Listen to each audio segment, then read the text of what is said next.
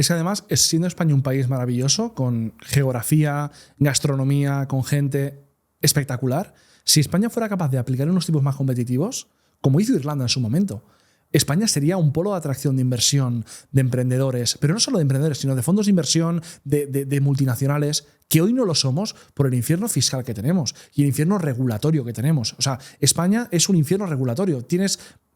Es imposible que te leas todas las leyes que te aplican. O sea, es que es imposible materialmente. Entonces, las grandes multinacionales no aterrizan en España. Y cuando aterriza una compañía de este estilo, genera empleo, genera riqueza. España opta por unos tipos muy altos, que lo que ocurre es que el que se puede ir se va, le llaman de todo, pero se va. Y el que no se puede ir, pues está condenado a pagar. Si tienes un hotel en la Costa Brava, pues amigo mío, no te puedes escapar. Entonces, esos son los que acaban pagando el pato. Alguien que decide irse de España a Andorra, Dubái, sea donde sea, ¿cuál es el proceso que tiene que seguir desde el momento en el que dice me voy hasta que ya está en el otro país pagando sus impuestos ahí? A ver, lo primero de todo es contratar a un profesional solvente en la materia y que estudie tu caso particular. No hay dos casos iguales, entonces antes de hacer un cambio tienes que saber lo que implica ese cambio. Eso es fundamental. Entonces, lo que llevamos viendo, yo ya llevo 12 años en Andorra haciendo esto, lo que vamos viendo es que ese asesoramiento a veces falta. Y haces el cambio a lo loco y luego te encuentras con problemas, ¿no? Entonces, primero, mirar bien tu caso. Y segundo, asesorarte tanto en España como en Andorra, o como en España como en el país de destino, tanto para hacer la baja correctamente, así como tributar como no residente correctamente, y hacer el alta correctamente en el país de destino. Pero siempre de la mano de acompañado de profesionales, ¿no? Lo que hablábamos antes, ChatGPT no te va a dar la solución. O sea, de verdad, cuenta con un profesional, siempre. Para bajarlo a tierra y simplificarlo muchísimo es darte de baja en España, decir, oye, ya no vivo aquí, ya no voy a tributar aquí porque no vivo aquí. Correcto. Y luego darte de alta en el nuevo país, decir, oye, vivo aquí, voy a tributar aquí y tener esos dos documentos bien para que si en el futuro te preguntan algo, poderlo demostrar. O sea, al final en España es el modelo 030, que es el modelo de baja, y en el país de residencia donde llegues, cumplir con su legalidad y obtener un certificado de residencia fiscal de la autoridad fiscal competente. Son las dos piedras angulares del cambio de residencia. Pero claro, ese cambio tienes que ver cómo te afecta a todo tu patrimonio en España. O tienes que ver cómo te afecta a tus rentas obtenidas. No, yo es que obtengo de Estados Unidos un rendimiento. En España no te retiene nada de Estados Unidos, pero en Andorra sí. Entonces, hay que ver todos los cambios de implicaciones. Hay gente que ha hecho un cambio y que cuando ha hecho los números dice, hostia, si no me sale a cuenta. Esto hay que mirarlo siempre antes, ¿no? ¿Cuáles dirías que son los errores que más se cometen? Por ejemplo, que comentes de Estados Unidos. Es un clásico, ¿no? Y además para todo el mundo que se dedica a YouTube, YouTube está en Estados Unidos, entonces te paga. Y estando en Andorra hay una retención del 30%, claro, que hay mucha gente que no lo sabe. Claro. Pero ¿cuáles dirías que son así los errores más comunes que la gente va cometiendo? Pues básicamente no valorar correctamente la withholding tax se te aplicará, es decir, las retenciones de YouTube, Twitch u otras plataformas, o en caso de negocios convencionales, el reparto de dividendos de una compañía que está en un país sin convenio con Andorra. Eso es algo bastante habitual. Y luego también el tema del exit tax, ¿no? El tema del exit tax hay que estudiarlo muy bien. Sabes que cuando una persona cambia de residencia, Montoro en 2015 introdujo el artículo 95 bis de la ley de IRPF, que dice que cuando tú tienes acciones o fondos de inversión con ganancias acumuladas que no has realizado, cuando te vas de España te obliga a pagarlo en el momento que te vas. Entonces, es un régimen bastante, entre comillas, desconocido por asesores normales en España. Claro, un asesor en España normal y corriente no hace cambios de residencia cada día, con lo cual es normal que no tenga por la mano ese conocimiento. O sea, por eso siempre digo, tío, ves a alguien especializado con Avast o con quien tú quieras, pero ves a alguien especializado que haya hecho eso ya y que lo conozca. Claro, o sea, yo lo he hecho más de 1000 veces. O sea, llevo más de 1000 residencias en Andorra. Entonces, tengo un expertise que me permite detectar todos los riesgos. También hemos visto casos de gente que llega con otro asesor y nos llama porque ha tenido un problema, y uno de ellos puede ser que ese cliente hubiera hecho alguna operación de reestructuración, alguna fusión, alguna escisión, algún canje, y haya aplicado el régimen de neutralidad, que es un régimen fiscal especial que la normativa española prevé, pero que si te vas de la Unión Europea, peta. Y cuando peta, te hacen pagar un dineral. Entonces, claro, gente que ha hecho el cambio de residencia sin tener eso en cuenta, y cuando está aquí en Andorra, carta de Hacienda, me debes 3 millones de euros. Y además con razón. Entonces, todo esto hay que mirarlo con, ya te digo, con un profesional y con antelación. Y sobre todo, y esto siempre lo digo, ¿no? Al sacerdote, al médico y al asesor fiscal, cuéntales todo. No te quedes nada para ti. Tenemos que tener una foto clara y que incluya todos los elementos para poder asesorar, ¿no? Por eso, cuando a un cliente le digo, oye, son 2.500 euros o 3.000 euros revisar tu caso. Ostras, pero si todos los casos son iguales, no. Cada caso es individual y particular. Y luego también algún otro error que hemos visto es gente que cree que puede venir aquí a residir y que realmente mantener a su familia y a los niños en el cole en Madrid. Si haces un cambio de residencia, tienes que hacer un cambio de residencia de verdad. No puedes jugar con simulaciones y no, te dejo la tarjeta y compras Coca-Colas. No, porque luego al final las mentiras tienen las patas muy cortas y Hacienda no es tonta. O sea, Hacienda te da todo lo que tú quieras, pero no es tonta. Y al final te acaban pillando. Entonces, bueno, siempre aconsejamos que si hacemos los cambios, hacerlo bien. Hacerlo bien. Una de las cosas que comentas es el exit tax, que no se conoce tanto, aunque se empieza a hablar. Por lo que me dices, hay como dos patas. Uno, inversiones y otro, negocio. Entonces, lo que dices de inversiones es si tienes ETFs, acciones, lo que sea, de más de 1 millón, sí, tanto a título personal como empresa, sí, antes de mudarte a Andorra o donde tú quieras, entiendo, fuera de la Unión Europea, tienes que venderlo, por lo tanto pagar, sí, y luego ya te vas con tu dinerito y te lo compras otra vez donde vivas. Si quieres entrar, porque mi tesis fue sobre el exit tax, con lo cual tengo el tema bastante por la mano, y luego cada día Vale. Hay dos activos que toca, acciones y fondos de inversión, ¿vale? Con lo cual, activos digitales como Bitcoin están fuera del ámbito de aplicación, activos inmobiliarios están fuera del ámbito de aplicación, salvo que estén por debajo de la sociedad, que en ese caso te afectan por las acciones, ¿no? Has dicho fondos de inversión y acciones. Correcto. ¿Y ETFs? No, ETF, sí, un ETF sería un fondo. Vale, claro. Entonces, la cuestión es, cuando las acciones son cotizadas o el fondo es cotizado, el valor de las acciones y del fondo es el de cotización a cierre del ejercicio. Pero cuando las acciones no son cotizadas, por ejemplo, una empresa familiar o un negocio de agencia de marketing, por ejemplo, tienes que ver los beneficios de la compañía y hacer el cálculo que la propia ley te prevé para ver si estás o no en el umbral. Entonces, claro. O sea, las acciones, perdón que te corto, puede ser tu propia empresa. Al final, cuando tú tienes una empresa, claro, tienes acciones de esa empresa. Claro. Y entonces, si ellos evalúan tu empresa como que vale más de 1 millón, sí, que ahora explicarás cómo se calcula, sí, te dicen, oye, tienes que vender tu empresa antes de irte. Claro, es decir, lo que te dicen, básicamente hay dos umbrales, 1 millón o 4 millones, ¿vale? Si tienes más del 25% de la compañía y ese stake vale más de 1 millón, te aplica. Si tienes menos del 25% de la compañía, el umbral es de 4 millones de euros. ¿Qué ocurre? Nos encontramos muchas veces con empresarios pequeños o medianos que tienen una compañía que es 50% suya. Entonces, ¿cómo se calcula el valor de una compañía no admitida a cotización? Hay dos criterios. Y lo que te dice Hacienda es que es el mayor de los dos. O el valor del patrimonio neto, es decir, qué activo menos pasivo, qué es lo que tienes en la compañía, o el resultado de capitalizar al 20% el promedio de beneficio de los últimos 3 años. Que en resumen es sumar los 3 últimos beneficios, dividirlo entre 3 y multiplicarlo por 5. Ese es el cálculo sencillo, ¿vale? Entonces, si eso pasa del millón y tienes más de un 25%, te toca pagar para salir.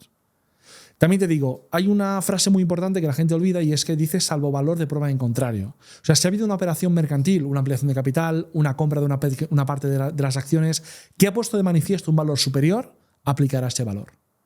Entonces, bueno, luego hay la opción de hacer un informe experto independiente que valore por debajo del umbral. Hay muchas opciones, pero los riesgos siempre están ahí. ¿Y cuánto hay que pagar de exit tax? Bueno, te lo integras en tu base del ahorro, te vas entre el 19 y el 30% de la ganancia.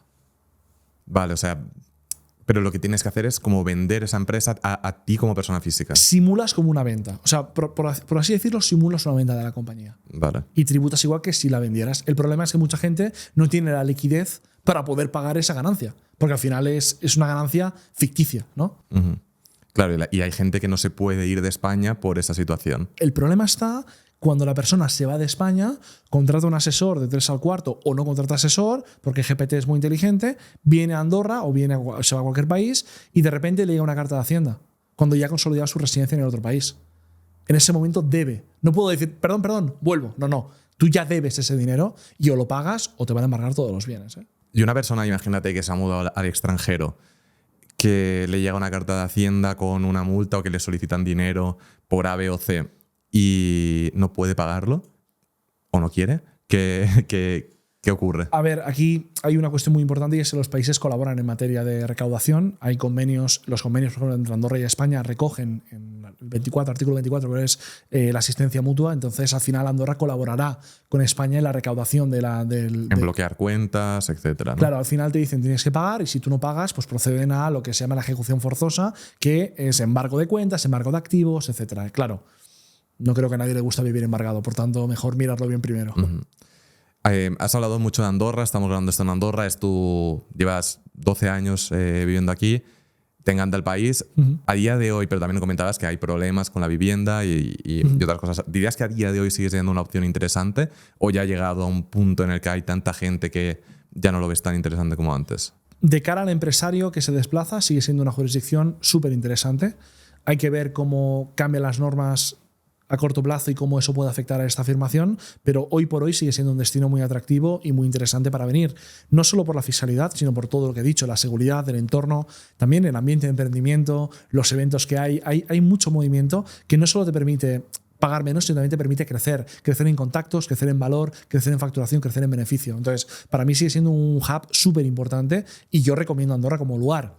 ¿Cuál es el problema que tiene Andorra? El precio de la vivienda. El precio de la vivienda, que quizá para el empresario que venga a pagar 2.500 euros por la vivienda no es un problema, pero para alguien que trabaja en el sector servicios o en cualquier sector en un perfil de valor añadido más bajo, pues es un problema. Y el sector público, el gobierno está viendo cómo solucionarlo, ¿no? Me preocupa porque una forma de solucionarlo muy fácil es cerrar las fronteras. Pero para mí sería una solución al problema de la vivienda, entre comillas, pero te estás pegando un tiro en el pie de todo tu crecimiento y potencial de recaudación que tienes. Entonces, quizá tiene más sentido construir vivienda social o dar ayudas a la vivienda a las personas locales, ¿no? Sin duda, el problema de la vivienda en Andorra es de los problemas más grandes que hay y que se enfrenta a todo el mundo, desde el camarero que está buscando algo hasta la persona que igual se quiere mudar aquí desde España y que no encuentra un apartamento para su familia porque no hay. Es Correcto. que a día de hoy creo que hay unos 170 apartamentos en alquiler en todo el país. Sí. Es una locura. Sí. A ver, a mí siempre me entrevistan y me preguntan soluciones. Yo no soy experto en la materia, por tanto mi opinión cogedla con pinzas, ¿vale? Pero yo creo que una opción podría ser que todo el personal que viene, por ejemplo, en invierno a hacer la temporada de esquí, ¿vale? Que no se aloje en Andorra, que se aloje fuera del país. Es decir, de alguna forma está salvaguardando a la gente local, a los nacionales, que tengan derecho y posibilidad de vivir en su país, pero todos los que vengan de fuera a trabajar de forma esporádica, no les permitas vivir aquí. De este modo, muchos pisos que están actualmente destinados a alquilarlo a personal temporal se destinará a la vivienda a largo plazo y el precio de mercado bajará. También hay que recordar que el mercado está intervenido hace 5 años. Es decir, hay mucha gente pagando alquiler muy bajo porque el gobierno congeló los alquileres. Quizá cuando se libere el mercado por esa parte, el precio de mercado actual bajará. ¿Cuánto bajará? Difícil de decir.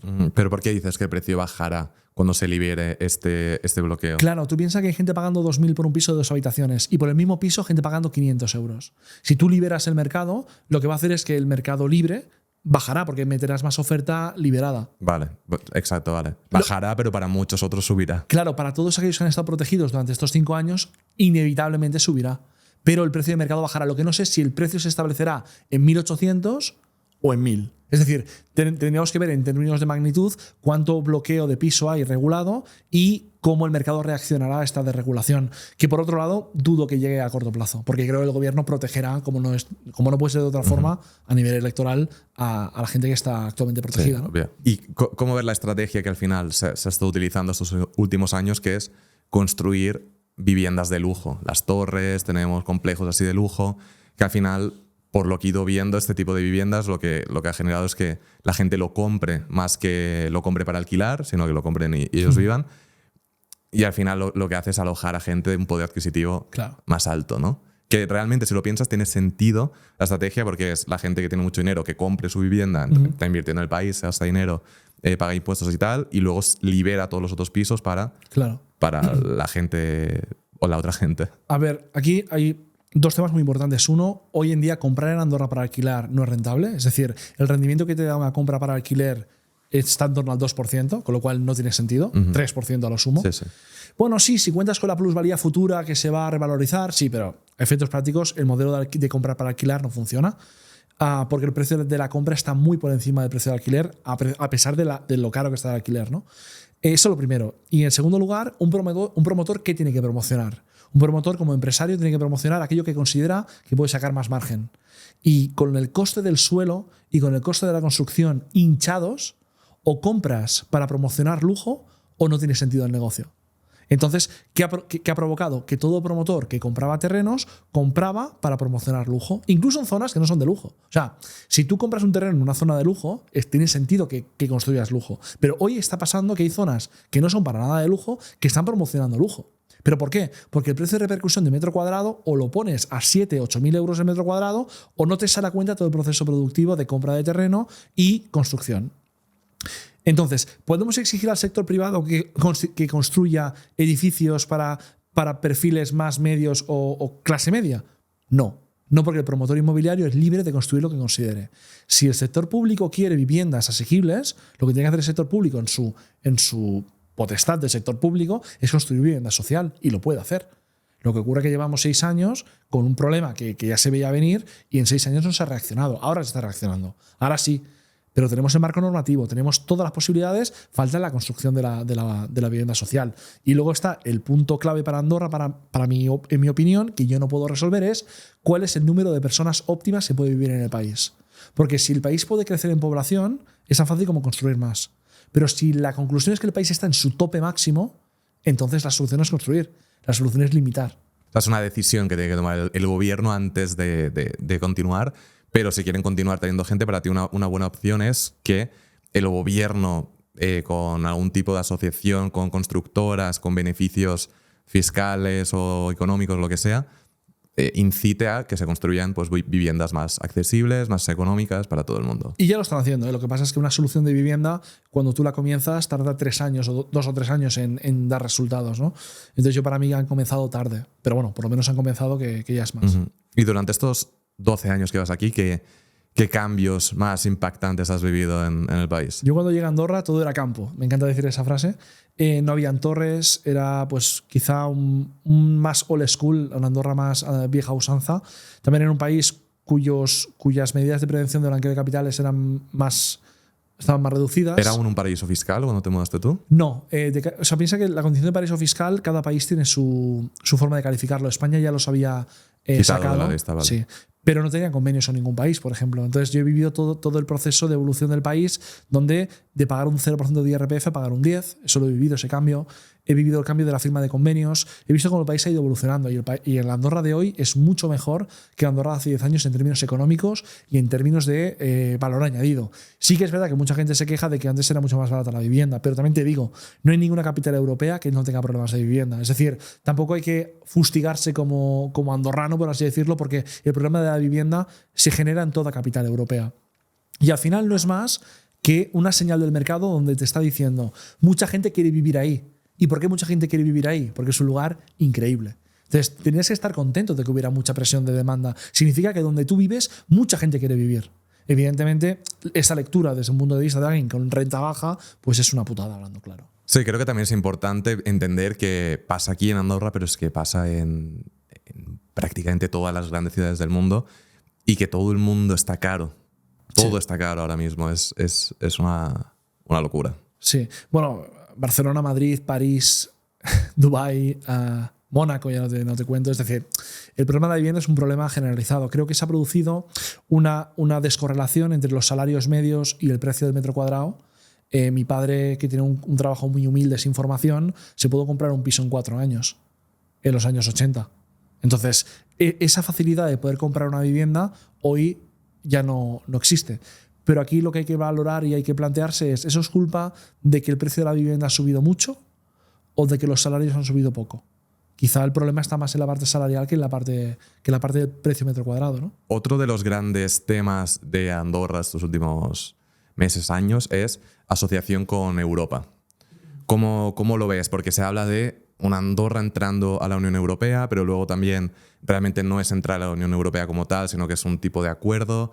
Hay gente local con la que hablo que dice lo veo bien, otros lo veo mal, otros van a subir los impuestos, otros van a seguir. ¿Qué va a pasar? Vale, a ver, primero es un acuerdo de asociación, un acuerdo muy especial, que no es entrar y ser un Estado de pleno derecho, sino es una regulación de la relación entre Andorra y la Unión Europea particular, ¿vale? Este acuerdo no toca los impuestos, con lo cual esa es la parte positiva. La parte negativa es que es Europa. Yo creo que, antes comentábamos, ¿no?, la pelea por la IA entre Estados Unidos y China. Europa ya no está ni en el partido. O sea, Europa no está jugando ni el partido. Europa ha regulado ya todo lo que tú quieras, pero no tiene ni una sola compañía puntera en esta materia. Entonces, para mí Europa está en una etapa decadente. Europa, si no cambia de rumbo, en 20 años será un cementerio de elefantes, donde la gente del primer mundo irá a ver lo que ocurría en el siglo XII, ¿no? Visitará el Coliseo, visitará la Notre Dame, ¿no? Y será un lugar turístico y podremos poner cervezas baratas, que se nos da muy bien, y ofrecer un clima espectacular, que se nos da muy bien, ¿no? Eso sí, Europa no cambia. Entonces, claro, yo acercarme a una Europa que no me gusta cómo se está gestionando, pues mi opinión es negativa. El gobierno está promoviendo el sí por el acuerdo. Evidentemente, el gobierno es quien tiene más información, con lo cual algo me invita a pensar que igual se me está escapando algo, pero lo que yo estoy viendo es que la mayoría social es un no. Es un no por desconocimiento, es un no por miedo, es un no por dudas, pero es un no. Mi no está más vinculado en cómo se gestiona Europa. Si Europa se gestionara como una región mundial que Pionera. ¿no? Líder, te diría que sí. Que creo que Andorra tiene que acercarse a aquello que funciona muy bien.